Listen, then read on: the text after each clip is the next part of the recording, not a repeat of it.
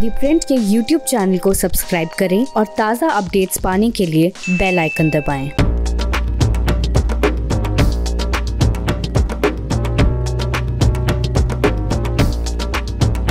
क्या कोई संसद, क्या कोई विधानसभा या फिर अगर बड़े स्तर पे कहें क्या कोई डेमोक्रेसी बिना किसी अपोजिशन के चल सकती है?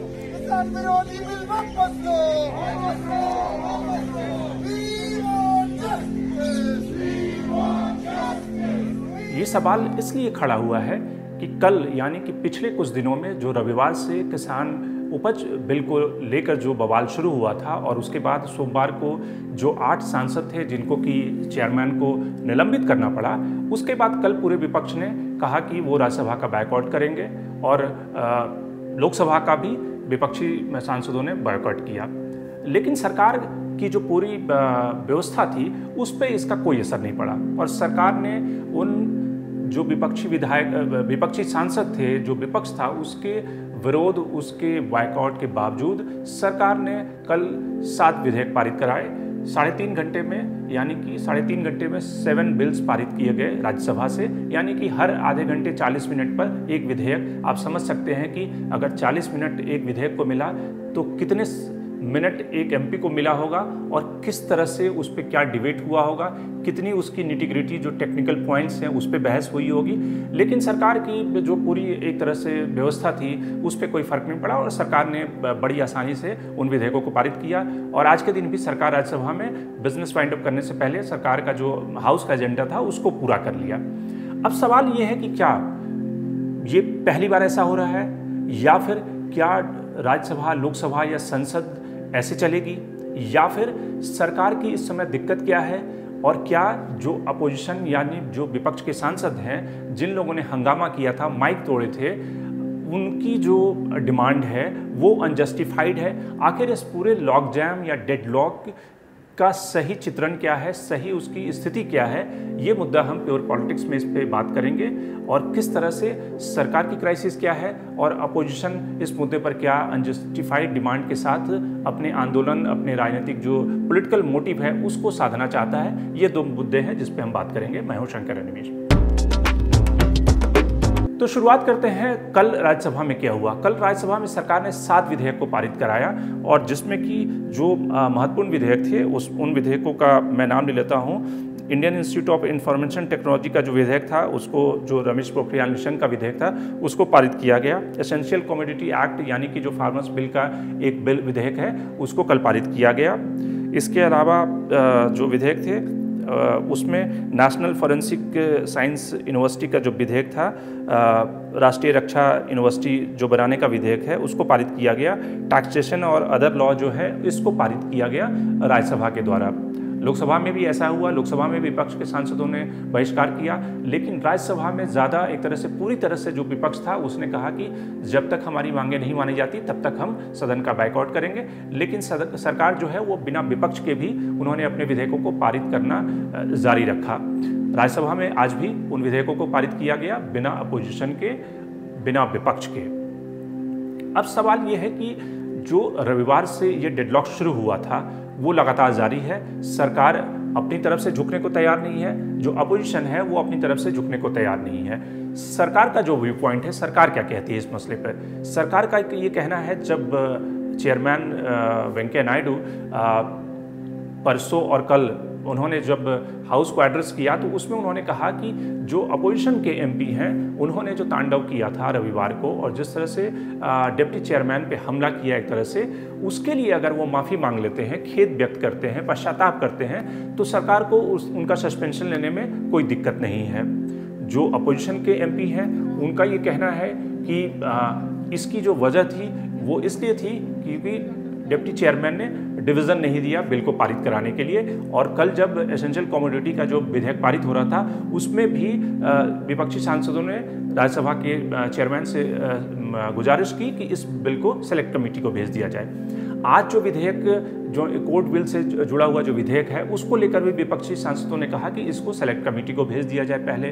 वैसे ये सारे विधेयक पहले से ही स्टैंडिंग कमेटी से होकर आए हैं। तो अब कुल मिलाकर इस पूरे मसले पर कहानी कहाँ फंसती है?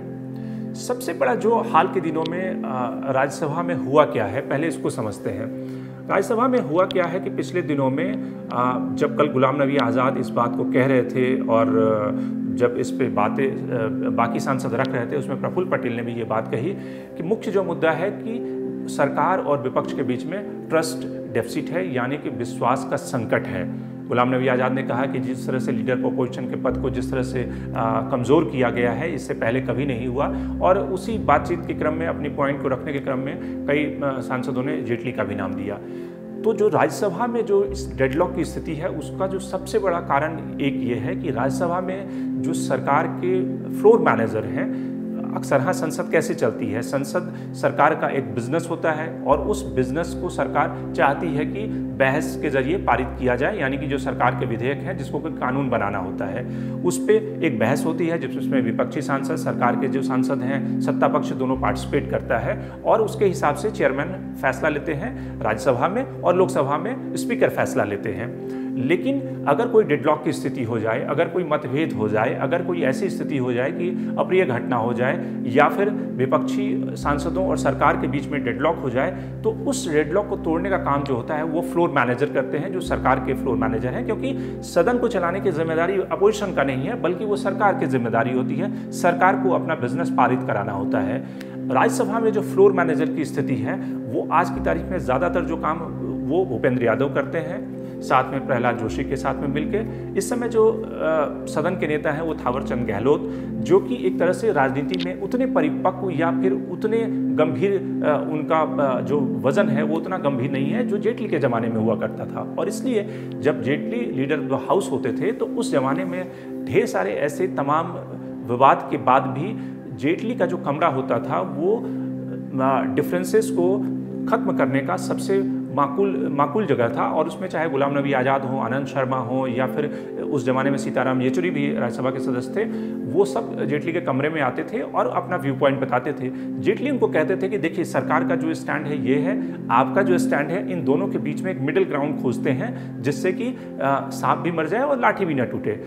और उस तरह से फिर हाउस में एक व्यवस्था बहाल होती थी और सरकार अपना बिजनेस ट्रांजैक्ट करती थी। अपोजिशन के जो सांसद हैं उनको भी मौका मिल जाता था कि उनकी बात भी सुन ली सरकार ने, और इस तरह से एक समन्वय का माहौल रहता था। और आपको याद होगा कि कई सारे ऐसे विधेयक जो कि मनी बिल के तौर पे जेटली ने अपने टेनियर में फाइनेंस मिनिस्टर रहते हुए उन्होंने मनी बिल के तौर पे पेश किया और उसको पारित कराया, जिसको लेकर जयराम रमेश कोर्ट तक गए। लेकिन एक तरह कहीं ना कहीं सरकार और जो अपोजिशन थी उसके बीच में एक ट्रस्ट था या फिर एक वर्किंग रिलेशनशिप जिसको कहते हैं कि काम चलाओ रिश्ता रहता है अपने अपने बिजनेस को पूरा करने का, और वो उस काम को बड़े बखूबी से अंजाम देते थे।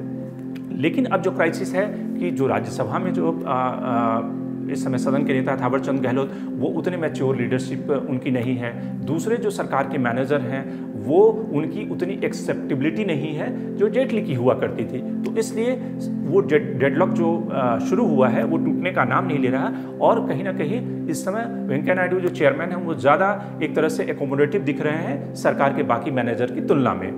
अब दूसरा जो पक्ष है अपोजिशन का, अपोजिशन की जो लीडरशिप है उसको इस लग रहा है कि ये फार्मर का जो बिल है इसके जरिए एक बड़ी राजनीति की जा सकती है, और इसलिए वो अपना ग्राउंड कंसेशन यानी कि वो अपना ग्राउंड, अपने कदम जो है पीछे हटाने को तैयार नहीं है। लेकिन सवाल ये भी है कि अगर उनको वो विंडो सरकार की तरफ से ऑफर किया जाता जिसमें कि जो हाउस का बिजनेस या संसद का जो बिजनेस चलता है वो गिव एंड टेक पे चलता है, यानी कि थोड़ा सा आप दीजिए, थोड़ा सा आप अपनी ज़मीन खाली कीजिए, और इस तरह से एक म्यूचुअल कॉर्पोरेशन के आधार पे हाउस का बिजनेस चलता है। लेकिन यहाँ पे दोनों पक्ष अड़े हैं। सरकार का कहना है कि पहले आप माफ़ी मांगे, खेद जताएं, तब हम उनका सस्पेंशन रिवोक करेंगे, और इसलिए बाइकआउट जारी है। अपोजिशन का कहना है कि हमने कुछ गलत किया नहीं और हमने डिवीज़न मांगा था, हमें डिवीज़न मिला नहीं, तो हम इस तरह से कैसे अपने पॉइंट से पीछे हट सकते हैं। तो इन्हीं दोनों के बीच में ये कुल मिलाकर मसला है, और इन्हीं दोनों के बीच में हाउस एक तरह से आज खत्म हो जाएगा, राज्यसभा और लोकसभा दोनों। लेकिन ये सवाल जो है हमेशा बना रहेगा कि सरकार को अपने फ्लोर मैनेजमेंट पे ज़्यादा मेहनत करनी पड़ेगी, और साथ ही क्या प्रधानमंत्री नरेंद्र मोदी क्या कोई ऐसा रास्ता अख्तियार या फिर कोई ऐसा ऑल्टरनेटिव दे सकते हैं कि पार्लियामेंट्री अफेयर्स मिनिस्टर जो इस समय प्रहलाद जोशी हैं उनकी जगह पे कोई ऐसा पार्लियामेंट्री अफेयर्स मिनिस्टर बने जिसकी ज़्यादा एक्सेप्टेबिलिटी है, जो ज़्यादा थोड़ा हैवी वेट पॉलिटिशियन हो, और साथ ही जो राज्यसभा में जो फ्लोर ऑफ लीडर हैं उनकी जगह पे भी कोई मैच्योर लीडरशिप जिसको तलाशा जाए, जो कि अपोजिशन के साथ में एक बेहतर अंडरस्टैंडिंग बना के सदन को सुचारू रूप से चला सकता है। ये सारे सवाल हैं जो प्रधानमंत्री नरेंद्र मोदी को लेने हैं, इसका फैसला उन्हें करना है। लेकिन ये पिछले दिनों में हुआ है कि पार्लियामेंट्री अफेयर्स मिनिस्टर के रूप में भी एक लाइट वेट व्यक्ति को रखा गया है और सदन के नेता के तौर पे भी इससे कहीं ना कहीं समस्या और ज़्यादा बढ़ी है।